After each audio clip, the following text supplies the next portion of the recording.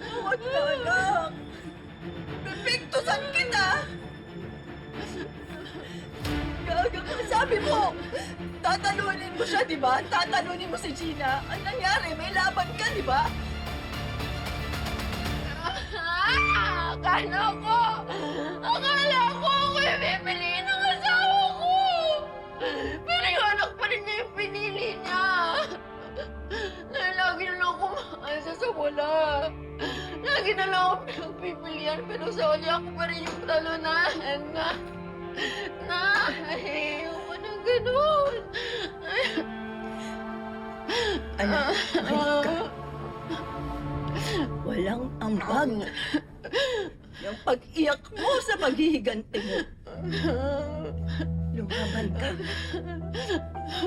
Pakita mo kay Gina kung gaano kasakit. Yung naagawan at masapawan. Ikaw ang asawa. Ikaw ang reyna.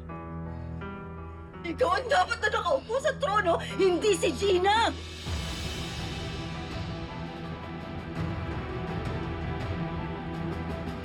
Hindi ako titigil hanggat hindi ko napapamukha kay Robert na mali yung desisyon niyang piliin si Gina.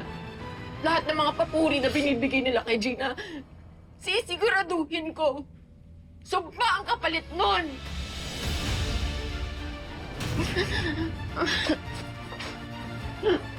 Ilang yan?